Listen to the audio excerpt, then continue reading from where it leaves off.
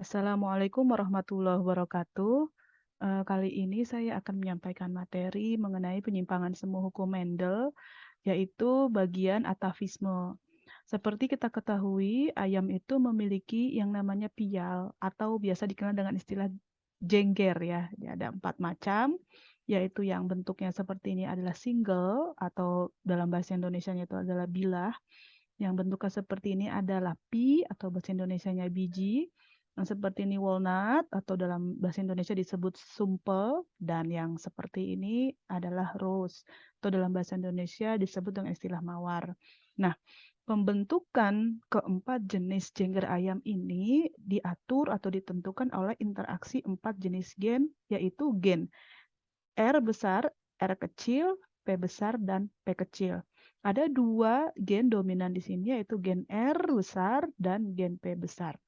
Nah, antara keempat eh, gen tersebut akan berinteraksi dan membentuk fenotip yang keempat macam jengger ayam tadi, ya. Nah, dengan ketentuan sebagai berikut. Bila pada ayam tersebut memiliki gen dominan R dan gen dominan P atau memiliki R besar dan juga P besar, maka fenotip yang akan muncul adalah jengger ayam berbentuk walnut atau sumpel. Bila ayam tersebut hanya memiliki satu jenis gen dominan, yaitu hanya R saja yang dominan atau R besar saja, sedangkan P-nya kecil semua, maka yang muncul fenotipnya adalah jengger ayam tipe rose atau gerigi.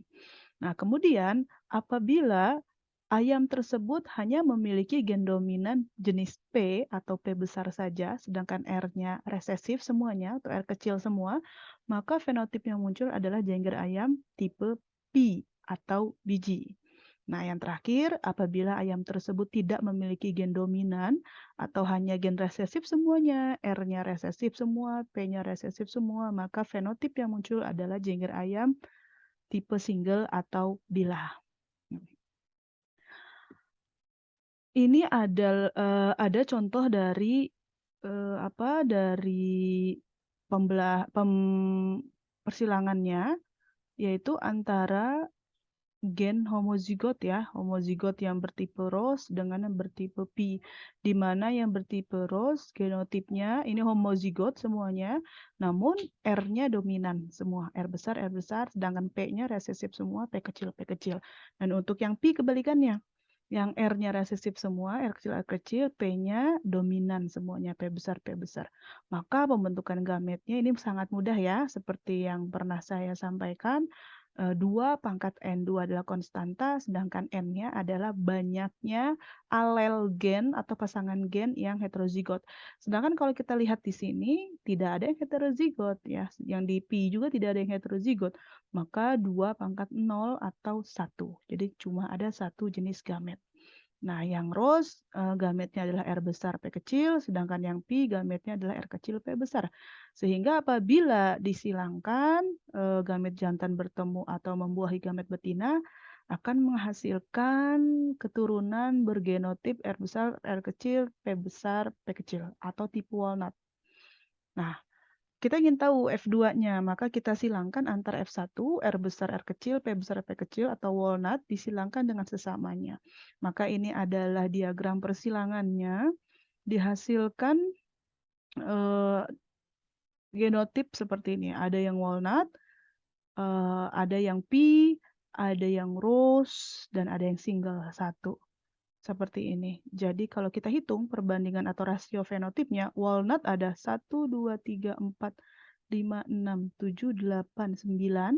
Walnut 9. Lalu pi ada 1, 2, 3. Rose ada 1, 2, 3 dan single 1. Berarti 9 banding 3 banding 3 banding 1. Angkanya masih sama ya dengan Mendel di hibrid ya, cuma yang beda adalah fenotipnya. Maka ini masuk ke penyimpangan namun semu. Ya, angkanya masih sama. Kalau dijumlahkan 16 atau dia perbandingan pun malah sama ya, 9 banding 3 banding 1. Namun yang berbeda adalah di fenotipnya. Nah, ini coba kita kerjakan satu contoh soal ya. Namun sebelum itu, untuk lebih memahami, coba kita cek dulu. Nah, ini Kalau seperti ini, tipe jenggernya apa?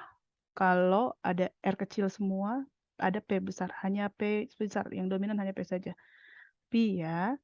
Nah, yang ini ada R besar, ada P besar. Ada dominan dua jenis R dan P, berarti apa? Walnut. Walnut. Dan kemudian yang ini hanya R saja, berarti ini rose.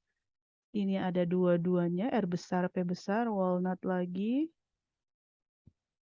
Yang ini R saja berarti rose. Oke. Dan yang terakhir tidak ada gen yang dominan, semuanya resesif. Maka ini adalah single atau bilah. Ya, seperti itu.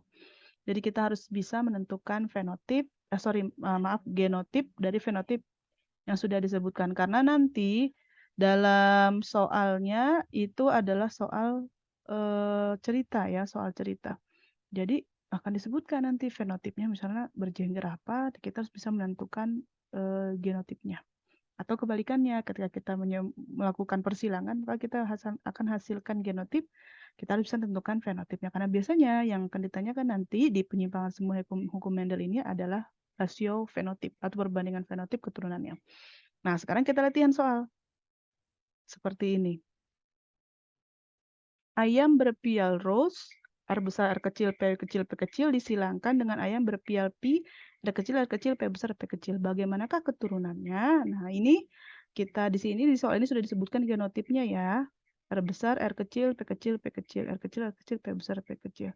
Maka kita bisa tentukan gametnya. Nah, di sini kan ada satu alel yang heterozigot. Ini ya, yang R ya. Maka ini 2/1. Berarti ada dua jenis gamet. Untuk yang pi juga sama. Ini 2/1. Jadi ada dua jenis gamet. Nah, lalu kita pindahkan ke diagram persilangannya. Yang ini di sini, yang rose di sini ya, dan ini untuk yang pi. Dan coba kita sekarang silangkan. Ini berarti R besar, R kecil, P besar, P kecil. Yang ini R kecil, P besar, P kecil. Ini R besar, R kecil, P kecil, P kecil. Dan yang ini R kecil, P kecil, P kecil. Maka kita akan lihat rasio genotipnya apakah ada yang sama? Ternyata tidak ada yang sama ya. Kita pindahkan saja. Banding R besar, R kecil, P kecil, P kecil. Banding kecil, kecil, P besar, P kecil. Banding R kecil, kecil, P kecil, kecil. Sama dengan, harusnya di bawah ya. Sama dengan berapa? 1/1 atau 25% semuanya. 25% banding 25% banding 25% banding 25%. Sekarang kita lihat fenotipnya. Yang ini apa? Ada R besar, ada P besar. Walnut ya. Yang ini selanjutnya rose. Lalu P dan single atau bilah. Dan ini pun sama perbandingannya 1/1 banding 1 banding 1 banding 1. Atau 25% banding 25% banding 25% banding 25%. Nah, ini seperti ini pengerjaannya. Jadi sebenarnya persilangannya sama seperti misalnya kaidah persilangan Mendel ya, persilangan kacang ercis dominan resesif. Namun nanti yang akan berbeda adalah pada penerjemahan di fenotipnya, fenotip yang muncul di makhluk hidup tersebut. Oke, sampai sini dulu untuk materi atavisme. Terima kasih. Assalamualaikum warahmatullahi wabarakatuh.